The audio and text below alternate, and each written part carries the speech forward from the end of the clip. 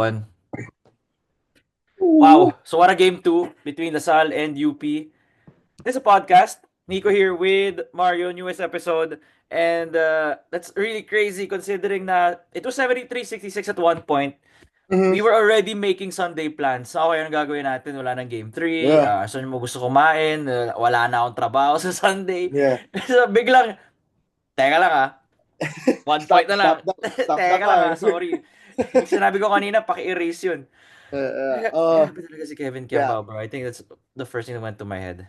who tech Kevin Kiambao. Okay, first of all, I was there yesterday. An intense environment in the arena, and hindi mo ramdam si KQ until those final moments in that fourth quarter. Di mo siya ramdam eh. Like, admittedly, di mo ramdam na nandyan siya. Kasi, in all honesty, it really looked like UP was about to win the championship, di ba? And you were there Um, in the venue. Yun yung sabihin natin yeah, sa mga tao. Si Mario nandun live. So, yeah. siya yung maganda yung feel niya of the game, of where, Guys, where things promise. are. Di mo ramdam si KQ kahapon until the last 5 minutes of the game. Because it was all trending towards UP. UP na yun eh. UP And naman. UP had all the confidence in the world in going into those last 5 minutes. Francis Lopez was driving at Kevin Kiambao. My gosh. The As he confidence in should. UP. Tama yung Yeah. ginagawa niya eh. I Tama mean, yung ginagawa niya, ginagawa niya. but we'll go to that later. We're gonna get there. We're gonna get there. We'll get, don't worry guys, we'll get there. And then, pero di mo siya ramdam until that last 5 minutes when KQ decided na, hindi, putik. Cancel the flight to Korea. I want one more. Zelda. Sabi na, move the itinerary. I want one more game. And then bro went off, hitting a 3 over. I think it was a 3 over first. It was Alarcon. I think it was over Alarcon or Torres. Hitting a 3 over Baila, then hitting a 3 over QMB. KQ wanted all of it. Crazy performance. And then on the defensive end, he decided na okay, hindi ako papayag. I'm gonna rebound the basketball. I will find. It was him. It was him. I think it was the Si last Mike point. ata. Mike. But he passed it to Mike, right? He Was passed it to also Mike. yeah. It was the last, like, that was the last basket scored, I think, the whole game. Tagal na nun. free, Tapos from free there, throw or pako field nyo. goal. Nobody else scored after that Mike Phillips layup. And grabe, KQ decided that he wanted one more game. But aside from KQ, I want to give a major shout out to EJ fucking Goliena. Friend of the pod. Friend of the pod, EJ Friend of the pod, Goliana. that needs to be said. But he kept them, in my genuine opinion, EJ Goliena kept them in the game when it was about to go away. A massive layup over QMB in the third quarter to keep DLSU in it. In the third quarter, he kind of kept them afloat. He had the mid-range jumper, he had the layup, and he played pretty good defense on, I think it was Jerry Abadiano, who was heating up in that third quarter, right? It was, and then in the fourth quarter, and then in the fourth quarter, he was still there making big plays, making free throws. Siya yung nakabutas ng net finally sa DLSU. They missed, Pambutas. and at some point, dude, they missed, like, I think it was 6 or 7 free throws in a row nung start of the fourth quarter, end of the third, start of the fourth. And siya yung nakabutas ng free throw para sa kanila. He only made one out of the two, admittedly. Pero he still made it. And yung nakabutas ng net for DLSU, they were finally starting to get confident. So I want to give a major shout out to him. And Mike Phillips, in that first half, excellent. In that first half, fucking excellent. He took that matchup personally, man. sabi niya kay QMB na he was like, you can get me on game 1, pero game 2 akin to, pre. Dinidiretso niya, no? Talagang he's Grabe. gonna go at QMB. Bro, he wanted it. And then even in the fourth, down 7, siya yung naka post up layup over a post up hook shot over QMB to cut it to 5. And then that's when KQ made the 3. KQ made the 3. Alam mo yung mga, pero before that, it was Mike who made the shot. So massive. It set up KQ for that moment. It set up KQ for that moment in the fourth quarter where he was able to absolutely take over, and that's what they needed. That's exactly what DLSU needed for them to win this game by one fucking point. By 1 point, all they needed was 1 point, and that's what they got. Ano tingin mo yung naging turning point ng game? For me, it was the unsportsmanlike foul on CJ Austria, diba? That was the one. They Yes, slowly chip. pwede. For me, the turning point was it was the first 3-pointer of KQ. I think for me it was the first 3-pointer of KQ. Yung sa left to... Ay, hindi. Hindi, Top of the yung key ba sa yun? top of the key. Yung sa Top top of of the the key. key against, Okay. I think, I don't know if it was Alarcon or Torres Okay. or Baila. For me, it Baila's was the one there. in the left wing eh. Si Baila yung left wing. Yeah, Baila yung left wing, QMB yung running down Top of the key. Top of the key din. Pero last na yun eh. Yun yung last three niya eh. For the Meron lead siyang yun, di ba? before that. Yeah, meron siyang before that. Before both of those na top of the key. I forgot who the defender was. Same. Nakalimutan ko na sino ba? But it was a wing player. One of the either Alarcon or Torculas or Torres. One of the three. It was in that moment where KQ found his rhythm. Sabi niya, puta. When he made it, alam naming lahat sa arena. We're like, oh shit. Alam naming lahat. Ramdam na namin lahat na, oh shit. He made it. Now what? What's the fucking game plan? When he made it, DLSU started going crazy. And that's what you needed eh. You had no offense at that point in the game, man. Wala na nga masyad. Wala na silang magawa. Lahat, eh. Wala na silang magawa. Alam na nilang wala na silang oras. They needed something. And their MVP stepped up. And again, putang ina, dude, major props to him. In that moment, you have to be a madman to be taking the shots he was taking. To be a madman. Oo, di ba? Yung sa left wing 3, sidestep Jason Tatum yun. Sidestep pa na ano. What? And Baila contested it fairly well. He was there, yeah. Baila was there. Even the run up 3 to take the lead in front of QMB, he was there. It was QMB. Yeah. Bro, you had balls of massive balls of steel, whatever you want to call it. KQ had it. He just needed one shot. He needed one shot to go in to get his confidence, and that's what he got. Yan yung turning point for me.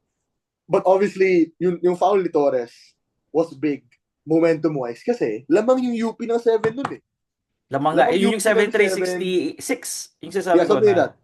Lamang UP ng 7 last, I think, 5 to 4 minutes could extend your lead to 9 or 10 points.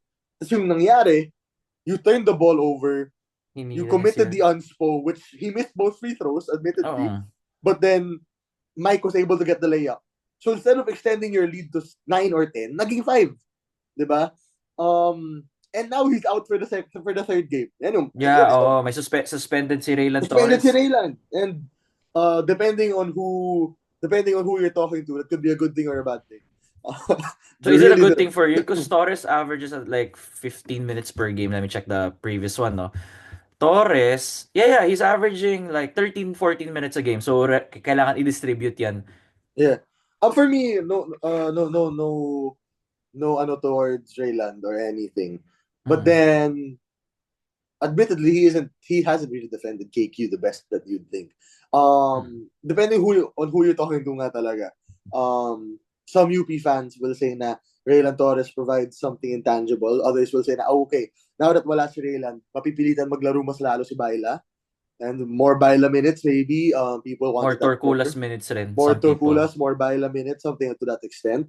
And then, if you're DLSU, some people love Raylan Torres on the court because they think he isn't helpful for them. May mga katabi ako kahapon kasi I was in the... Saan side ka ba? UP? Lasal? Hindi, bandang middle ako. As in literally... bandang middle. So naririnig mo yung both sides. To the left, it was DLSU. To the right, it was UP. I could hear the borderline. Oh, literal. You could hear people on DLSU side, either they want Raylan Torres to play because they don't think he can defend KQ, and there are others who don't want him to play because they know what he brings to the court. Depending on who you're talking to, I think he's pretty he's pretty balanced as a player. He could be helpful, he could not be helpful depending on the game. Pero yun, wala siya sa game 3, so we expect more Baila and more Sean Torculas, I think, sa tingin ko. One more thing I want to bring up for the DLSU is massive Raven Gonzalez. Mas okay na yung laro niya ngayon. Guys, man, that fucking floater one-handed shot. Matic. My goodness, what is that shot? It goes in every time. I don't know what it is. Ito yung sinasabi natin about Raven. 10 minutes played, 8 points. Sige, gano'n siya. Give me enough minutes na. I'll give you 6 to 8 points. Yeah, tsaka nababangga ni si QMB. That's all you needed him to fucking do. Bangga yung si QMB. And we talked about this. Mike Phillips dropped 24, 25. QMB dropped Mike. No, Mike had 18. 18 points. And then KQ had 22, right? 22, tama. Yeah, KQ had 22. Yeah. Your 2 stars came out. Again, this is what we said. Your 2 stars came out. Kailangan Kailangan nga mo ng nilang third, dalawa. di ba? We said na kailangan mo ng third. Third player who will step up. You got technically, I think you got 3 or 4, I mean 1 or 2 others who stepped up. You had EJ Goliana. I don't know how many points EJ had. I'm not really entirely sure. I have the stats. EJ had 9. 9 Guys, points. malaking bagay yun. 9.5 assists. Makalalag din, bro. 9 points. Yeah, Nagising na rin sila makalalag. and then Raven Gonzalez in 10 minutes, 8 points. You finally had people outside of QMB, KQMB, inside of KQ and Mike Phillips who stepped up, and it really helped. It really helped DLSU to secure this win. It massive coaching philosophy change from Coach Topex in that takbo tayo, pre. Takbo tayo. Yeah. Sinabayan niya yung UP. Sabi niya, takbo tayo. First quarter, tumatakbo lang sila, bro. That's why they were able to keep the lead at a certain level. But again, it was the third quarter collapse. Always, it's the third quarter. It's the same for game 1. Sa third quarter ka rin ng adjustments ng UP lagi. Yeah. I don't know if it's a UP adjustment thing or a DLSU. I feel like it's a UP adjustment. They just have good coaches as well. Very true. Kasi defense yung nagpapadala nun eh. And then a JD Kagulangan explosion, by the way. My goodness. 2 threes, diba? Wing threes. Left wing threes din. Tatlo 3 threes din. Tatlo din. Yeah, tatlo din. So yeah. Right now, I'll be completely honest with you. In the battle of Kevin Kiambao versus JD Kagulangan, they're equal. They're absolutely equal right now. Heading into game 3, they're gonna be equal. They are equal. So whoever plays better in game 3, probably wins the championship. Going on to the UP side, let's address the elephant. Yeah. Let's address the main elephant. Let's address it now. Francis Lopez had a very good game before this. Before the last final 2 minutes. stretch. Before the final stretch. I don't think people will commend him enough. But he played very well before that final stretch. He was getting the rebounds for UP. He was driving the ball at KQ. He was making his shots. He making his threes, making his layups, making his free throws before the last 2 minutes. And sadly, the only thing people will remember are those last 2 minutes. What happened in those last 2 minutes? 4 missed free throws. And man, I'll be real with you. It's not easy to make those free throws. Kasi kaharap ni Francis yung crowd ng DLSU taking the free throws. Diba? Kaharap niya. Like, dead on, yung likod ng basketball nung ring was the DLSU crowd. And that shit was popping, gago. It felt like MOA was about to explode with how loud they were getting for those Francis Lopez free throws. It's a moment he'll have to learn from. Alam niya yan. He mentioned it, diba? Nasa post-game interview? press conference. Interview niya yan. Alam niya yan. He had to make it. That's it. That's all. That's the story. You just need kahit isa lang. Yeah, kahit isa. That's the story. Just to tie. Because that changes the game Yeah. Dude, if he goes 50%, they're in the lead. They're in the lead. Kasi hindi na rin baka may chance na hindi na rin makashoot Lasal, diba? Yeah, guys. People are gonna say na KQ and Mike both miss free throws. Pero iba kasi yun. Lamang sila eh. Pampa-extend lang yan na lead eh. Yung kay Francis, pampalamang yun. Literal na any of 1, 2, it makes 1, it's a tie game. Makes 2, it's a lead. Makes all 4, they're up by 3. Alam mo yung mga kanon? Like, alam ko, we can't really talk about it in that sense. Alam ko naman yun. Pero, andyan yung kahit isa o dalawa, kailangan niya. And I'm not saying na Francis did play well. Like I said, maganda yung lalaro ni Francis before those moments. And he has to learn from this. Going into game 3, bawal siyang bawal siya maging matakot. Bawal siya matakot in that fourth quarter again. Tama. Man, kasi iba yung ingay ng DLSU crowd kahapon talaga. Promise. Iba? Maingay talaga Lasal kahapon. Bro, in those moments, kahit sino ka, kahit si fucking LeBron James, kahit si Steph Curry ka, what you saw yesterday was a whole ass, it was LeBron at the free throw line. Right behind him was the whole DLSU crowd. Waving. In front of him? Yeah, yung dun sa basket? Yeah, okay, it was DLSU. And yung ingay coming from the whole DLSU side was insane. Yung galaw ng clappers was insane. Dude, anybody in that moment. Matuthrow off ka, bro. Pre, mag-isa siya at the line facing maybe 5,000 people. Man, I'd be pissing myself. I'd be puking on the sideline. Ganun siya kalala. And then maybe the nerves got to him. Pero learning moment yan for him. Sobrang learning moment yan for him. Aside from that, you got a great performance from JD Kagulangan. Absolutely pro-ready JD Kagulangan. Jerry Abadiano played a very good game yesterday. Very aggressive Jerry nga. You 5 for need the 13, same 16 Jerry. points. You need the same Jerry on Sunday. But you need the same thing. You know, aggressive JD, aggressive Lopez. Jerry, aggressive Lopez, aggressive QMB. You need all of that again on Sunday. I need more shots admittedly, nga for QMB eh. He only had 4 shots eh. yeah, pero bro, if you saw the defense of DLSU Yun nga. and QMB, matalino Ganun talaga. nga. Bro, they were not allowing him to ISO. Hindi na Double team talaga. natin to gago. Not like last time. Yeah, double team natin to gago. So, sorry, Mike, but I'm gonna put somebody else with you. Tulungan na kita. Yeah, tulungan na ata, pre. Sorry, I'd rather watch Raylan Torres shoot a 3-pointer than QMB cook your ass in the inside again. Like, and what else was I gonna say? You need that again from you for UP on Sunday. Kasi admittedly, this was your chance, dude. If you're UP, you gotta be kicking yourself. Ito na yun eh. Ito yung best chance mo to win the championship. You had it. It was. They had it. Hawak mo na. Yeah, hawak mo na. You a few possessions go your way, you're a champion. When people said not all possessions mattered yesterday. All possessions. Isipin mo na lang yun.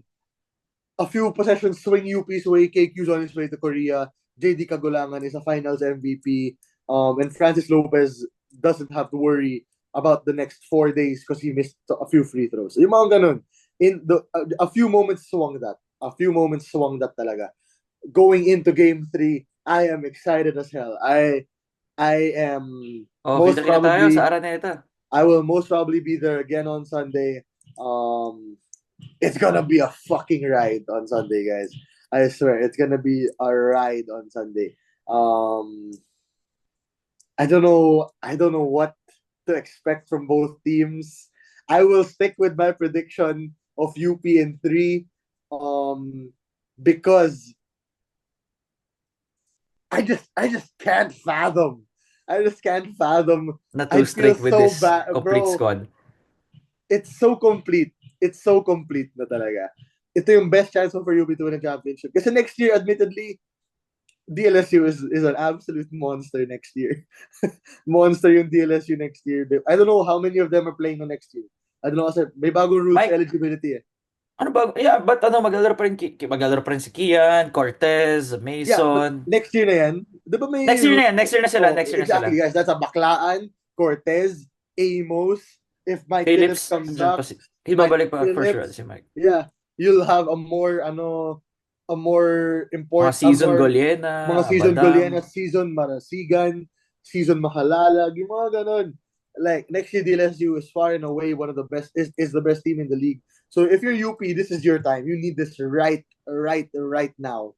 If you're UP, going into Sunday talaga, it's gonna be so fun. It's gonna be really fun. Depending on the coaching, it's crazy. It's exciting. It's exciting as fuck.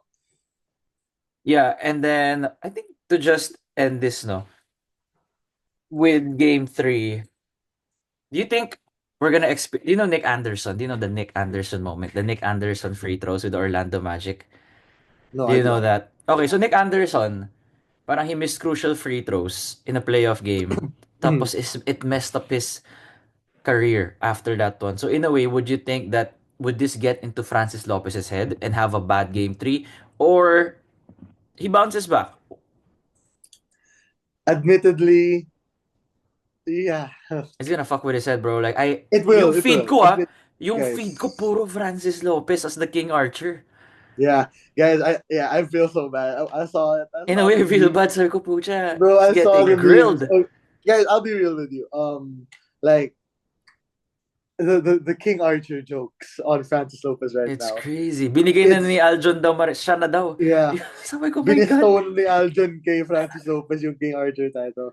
And admittedly, if DLSU does end up winning this, that is very the possibility for Francis. Pero you'd hope that it doesn't get in his head. You want all of the players on both sides fully committed into this game. Yan yung gusto mo as a fan, as an analyst. You'd want everybody to be on their at their A game on Sunday. So I hope it doesn't mess with his head. But the reality is, of course, it will really affect him. It will affect anybody. I think those are massive free throws, man. But hopefully on Sunday we see the best out of everyone. Hopefully, walang. Let's stop with the antics, bro. Let's stop with the fucking antics, man. Ano yan, yung sign? Writing. Ano yung Yeah, let's yung... stop with this shit, man. Let's just play the game, dude. Let's just play the game. Admittedly, it's gonna be so physical on Sunday. It's gonna be so physical. It's gonna be so loud. It's gonna be so emotional. All of that. Let's focus on the fucking game, okay? Mas intense tong Um, game 3 nito for sure yes, than last it will season. No? be so Oo, intense. iba yung game Oh, 3 this year. oh, kasi ganito yun. Last year, hindi siya as intense. Kasi Tambakan eh. in Game 1, tambak tambak. Lasal. Game 2, tambak. Tambak. Pero, this one was close game 1. This one was close game 2. Mas lalong game 2. Umiiyak na sila nung game 2 eh. Umiiyak na ibang Yeah, like Lasal guys, supporters. yeah. Game 2 pa lang That's yun. crazy. Putang ina. Even KQ was on the court crying after game 2 because he knows he missed some shots. Tangina, guys. Game 3 is gonna be a fucking it's gonna be a festival, dude. It's gonna be wild during game 3. I expect the loudest from both teams. I expect a packed Araneta Arena. It's a Sunday, man. It's a Sunday. It's what Oo nga pala, everybody. Sunday pa. Sunday to. Hindi to Wednesday game. Sunday, walang may pasok. The Christmas day, break na walang. lahat. Yeah, guys. It's gonna be packed as hell. Admittedly, guys, yung mga scalpers dyan, yung presyo niyan, through the roof. Mga 5 digits na yan. Guys, through the fucking roof. Not gonna lie. Patron tickets are gonna be at 8 to 10K. For sure. That's how it's gonna be. It's gonna be packed as hell. It could be we could after watching one of the best games of all time. I've watched a lot of UAAP games live, guys. Backstory lang for people who were saying na ako ay anti-green. Guys, I grew up in LaSalle. I was a UP student in college before I transferred to Ateneo. I literally have no horse in this race. So nag-world tour ka rin, nag-world tour. Na-tour ko na lahat. Yung UST lang yung di ko nadaanan. Like guys, it's gonna be really fun on Sunday. Everybody is gonna be out there ready to cheer. For me as a fan, as an analyst, as a whatever, I just hope we stop with the fucking antics. Let's play the fucking game. And may the best man win. Yun lang yun. Yeah. That's the same thoughts. I don't want to repeat anything. It's the same thing I was gonna say. So I'll see you guys. We'll see you guys on Sunday, 5:30 as always in Araneta. For those on Spotify, follow 5-star rating on YouTube, like, comment, subscribe. We'll see you guys next time. Thank you for listening and let us know what you think about this game. Peace.